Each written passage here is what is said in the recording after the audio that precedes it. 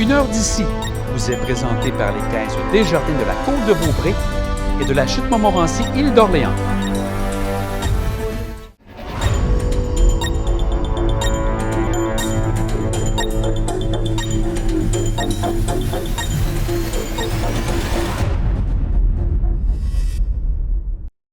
Bonjour et bienvenue une heure d'ici. On débute le bulletin avec le même sujet que la semaine dernière, soit le secteur est de la montagne du Mont-Sainte-Anne.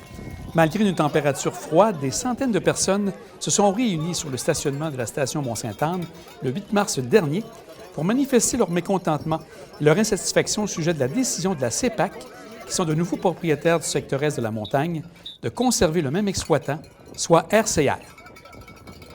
Plusieurs personnes ont pris la parole, à commencer par l'organisateur de la manifestation, Hugo Saint-Laurent.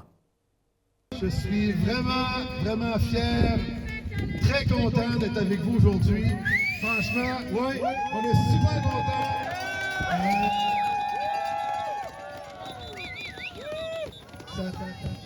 Ça fait 25 ans que RCR gère la montagne et notre belle forêt de façon inacceptable. Le gouvernement a réussi, après 4 ans d'efforts, à finalement les expulser. Ils sont dehors. On ne veut vraiment pas qu'ils reviennent pour gérer le ski de fond, la randonnée, le fat bike, la raquette, le camping. C'est vraiment, là, c'est unanime. Tout le monde, toute la population, je pense qu'on pense tous comme ça. C'est non à RCR et c'est oui à la communauté.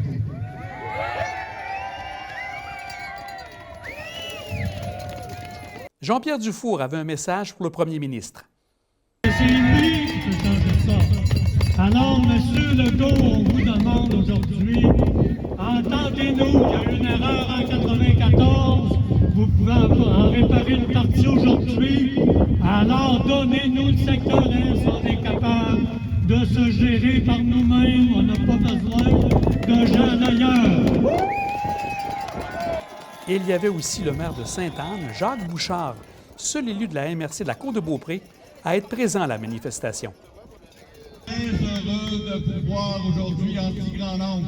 Bravo, vraiment, j'apprécie. Vous êtes sans doute au courant des 2 dernières assemblées qu'on a eues à la MRC, où il y a eu beaucoup de monde. Ce que je peux vous dire, on a entendu votre message.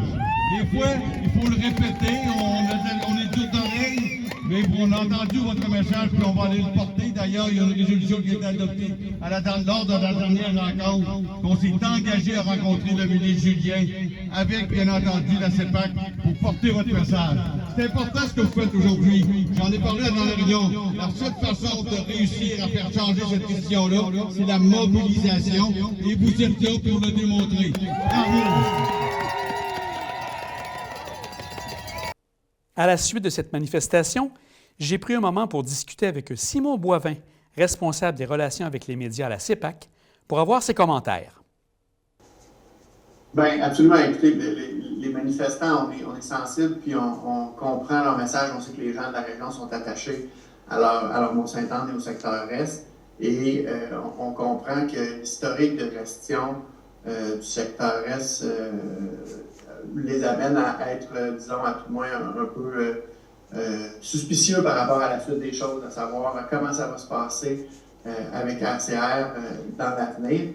Nous, on comprend, on est sensible, on veut travailler dans le même sens que la communauté, là, c'est-à-dire d'avoir un Mont-Sainte-Anne, un secteur est qui se développe à la hauteur du potentiel qu'il a avec des activités puis des services de qualité. Et oui, on comprend bien les motivations des gens de la manifestation, mais on réitère et on souligne à grands traits que la situation n'est pas la même qu'elle était auparavant, que le contexte est différent et que l'entente qui va être ratifiée avec RCR va comprendre des conditions de qualité, de la reddition de comptes et même de la possibilité de mettre terme à l'entente dans l'éventualité où ces conditions-là ne sont pas remplies, ce qui n'était pas possible de faire auparavant, et que donc le contexte a changé, c'est pas un statu quo, il va y avoir davantage d'encadrement et de moyens de s'assurer que l'exploitant, maintenant que la CEPAC est propriétaire du terrain, respecte les conditions auxquelles il s'engage. sous peine de risquer de voir l'entente être Résilié? annulée à certains termes périodiques. Mais ce qui arrive, en étant sur place, j'ai assisté à la manifestation.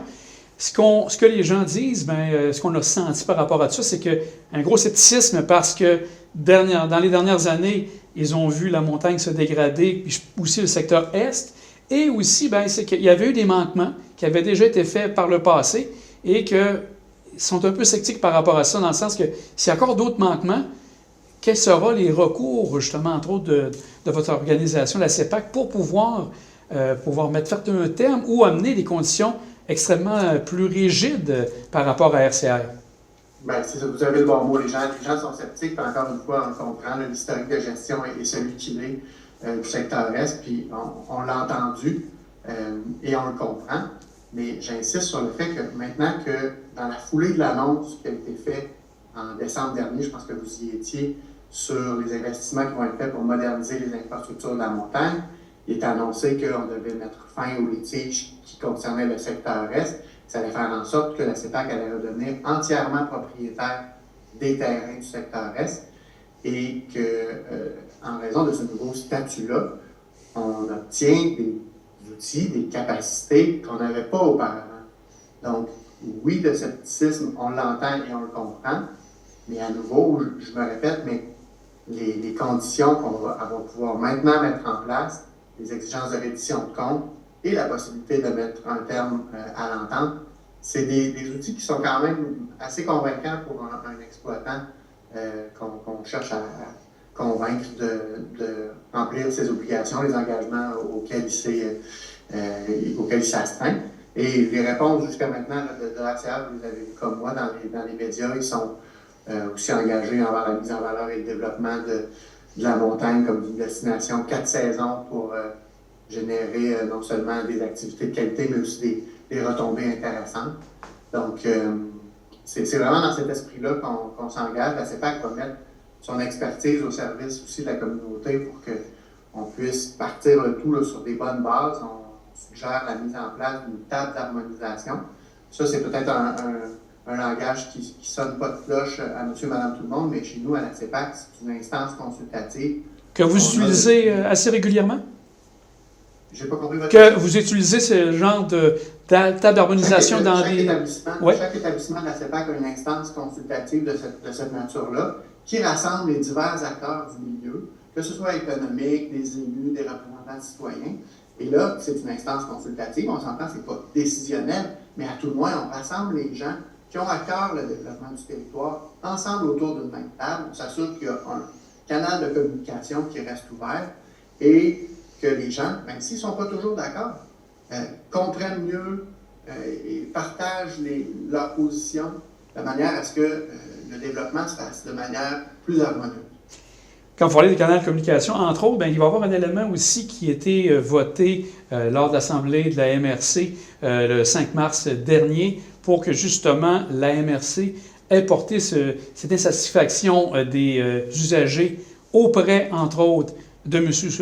Soucy, PDG de la CEPAC, avec la députée Mme Bourassa et aussi M. Julien comme ministre responsable de la région de Québec. Ça, c'est des choses que les gens vont faire. Est-ce que vous êtes prêt à accueillir justement ces commentaires-là qui vont arriver? Les gens souhaitent avoir une rencontre assez rapidement du côté de la MRC pour donner le message que vous avez déjà entendu, mais là, qui va être appuyé par la MRC. Bien, non seulement, M. Blondeau, on est prêt à l'accueillir, mais on veut aller au-devant. On a déjà annoncé qu'on allait faire des rencontres avec divers acteurs de la communauté, que ce soit des gens, encore une fois, des représentants élus, des citoyens, des représentants des utilisateurs du territoire, des gens de la communauté économique. Ces rencontres-là vont avoir lieu dans les prochaines semaines et on veut prendre le pouls de la communauté pour voir, dans le contexte qu'on connaît maintenant, les conditions qui vont devoir être mises en place dans l'entente qui reste à passer avec RCR. C'est quoi leur préoccupation? C'est quoi leurs aspirations? Qu'est-ce que c'est que leur appréciation de la qualité actuelle de l'offre, des services? Même, il pourrait être question d'activités futures qui pourraient être développées dans le secteur Est. Les activités actuelles sont celles qui vont de ski de fond, de vélo de montagne vont revenir à RCR. Par contre, y a-t-il des possibilités pour d'autres activités qui pourraient voir le jour dans ce secteur-là? Non seulement les commentaires, on veut les entendre, mais on va aller les chercher justement pour dans cet esprit-là, d'atteindre l'objectif commun, je pense, de l'ensemble des acteurs qui composent la communauté, c'est-à-dire d'en arriver à un développement du Mont-Sainte-Anne qui est harmonieux, qui bénéficie à l'ensemble, non seulement de la côte de Beaupré, mais de la région de Québec. Le Mont-Sainte-Anne, c'est un territoire exceptionnel qui a du potentiel d'être une carte de visite vraiment intéressante. Et c'est dans cet esprit-là qu'on comprend les dernières années ont été ce qu'elles ont été. Le contexte a changé. Puis on veut regarder en avant, puis travailler tout le monde ensemble vers l'atteinte de cet objectif-là, d'avoir un Mont-Sainte-Anne qui rayonne, qui a une offre de services et d'activités de grande qualité. Si je comprends bien, donc, est-ce qu'il y aurait une possibilité qu'en plus d'RCR, il y ait d'autres personnes qui viennent exploiter des éléments qu'RCR ne touche pas? Je vous donne un exemple, un club de marche qui arriverait et qui viendrait un peu être le responsable de la marche dans le secteur S. Est-ce que ça, c'est des avenues possibles? On n'est certainement pas fermé à ce genre de propositions-là. Les consultations qu'on va mener dans les prochaines semaines vont servir justement à entendre non seulement l'appréciation de l'offre actuelle qui est accessible dans le secteur Est, mais aussi pencher sur la possibilité de développement éventuel. Et on s'est engagé aussi, M. Blondeau, à rendre public le résultat de ces consultations-là, puis de notre travail des prochains mois au cours de l'été à venir. Donc, on ne se sauve pas pour se cacher de quoi que ce soit. On fait le travail, puis ensuite, on va venir rendre compte à tout le monde d'où ça en est, vers où ça s'en va, ce que le travail accompli nous a permis de réaliser, puis pour que tout le monde soit sur la même page, sur la même longueur d'onde, au même endroit, et encore une fois, dans cet esprit-là, que tout le monde travaille ensemble à développer le Mont-Sainte-Anne et le secteur Est. Maintenant, sans rentrer dans les détails, parce que vous êtes actuellement en train de négocier le tout avec RCR, mais est-ce qu'on peut s'attendre à un contrat qui va être d'assez courte durée pour pouvoir montrer justement qu'est-ce que RCR est prêt à faire dans le secteur, ou c'est des ententes plus à long terme qu'actuellement qui est en train de se discuter? Vous avez raison de dire que comme il y a des discussions qui vont avoir lieu, on préfère pas entrer dans le détail de ce qui va être négocié. Par contre, je pense que vous doutez bien qu'on est bien conscient que les échéances qui ont été celles des dernières ententes, on ne sera pas dans les mêmes ordres de grandeur, mais j'hésite à aller plus loin que ça, compte tenu justement des discussions à venir là, dans les prochaines semaines, les prochains mois.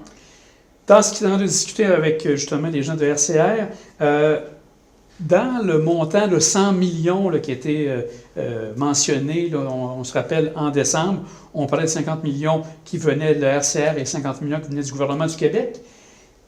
En tout cas, de ce que j'ai compris, ça semblait être le 100 millions pour la montagne, la partie ski alpin.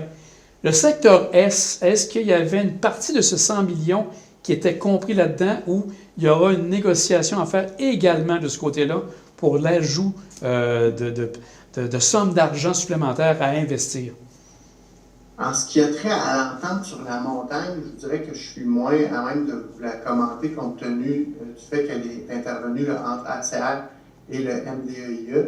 Donc, peut-être que je vous référerai vers eux pour avoir le détail de ce qui en était concernant les prêts à redevance, les prêts pardonnables, les sommes investies dans la modernisation des infrastructures, jusqu'où ça allait. Je suis moins familier avec cette entente-là qui rassemblait là, le gouvernement du Québec directement avec RCR. D'accord. Peut-être en terminant, ce serait de voir aussi, souhaiter peut-être l'implication davantage d'RCR dans les activités secteur Est, parce que les gens nous mentionnaient souvent lors d'activités comme la classique Alex Harvey, tout ce qui touche le vélo de montagne, c'est des bénévoles qui tiennent ça à bout de bras, sans nécessairement qu'RCR soit derrière eux pour les accompagner. Donc, ils viennent donner un coup de pouce, mais ça, c'est des éléments que vous regardez aussi pour qu'ils puissent s'impliquer davantage par rapport à des événements qui sont très importants pour le secteur Est de la montagne? C'est exactement le genre de choses qu'on va être intéressé à entendre dans les prochaines semaines là, des utilisateurs du territoire, les doléances qu'ils peuvent avoir au-delà de ce qu'on a déjà entendu comme tout le monde par rapport à certains événements plus spécifiques. Évidemment, il va falloir rester dans le cadre là, de demandes ou d'attentes qui sont raisonnables, mais il est clair que ce qu'on veut entendre, c'est ce que les gens ont à dire par rapport à ce qu'il y a présentement d'offert, leurs espoirs par rapport à ce que ça devrait être et même envisager des possibilités de développement éventuel autres dans le secteur Est, un secteur auquel les gens de la communauté sont très attachés. Monsieur Boivin, merci grandement des informations supplémentaires que vous nous avez apportées. C'est sûr que c'est un dossier qu'on va sûrement entendre parler ce printemps et même pour une bonne partie de l'été avec la conclusion de tout ça. Merci d'avoir pris un moment avec nous à la télé d'ici. Merci, M. Blondeau.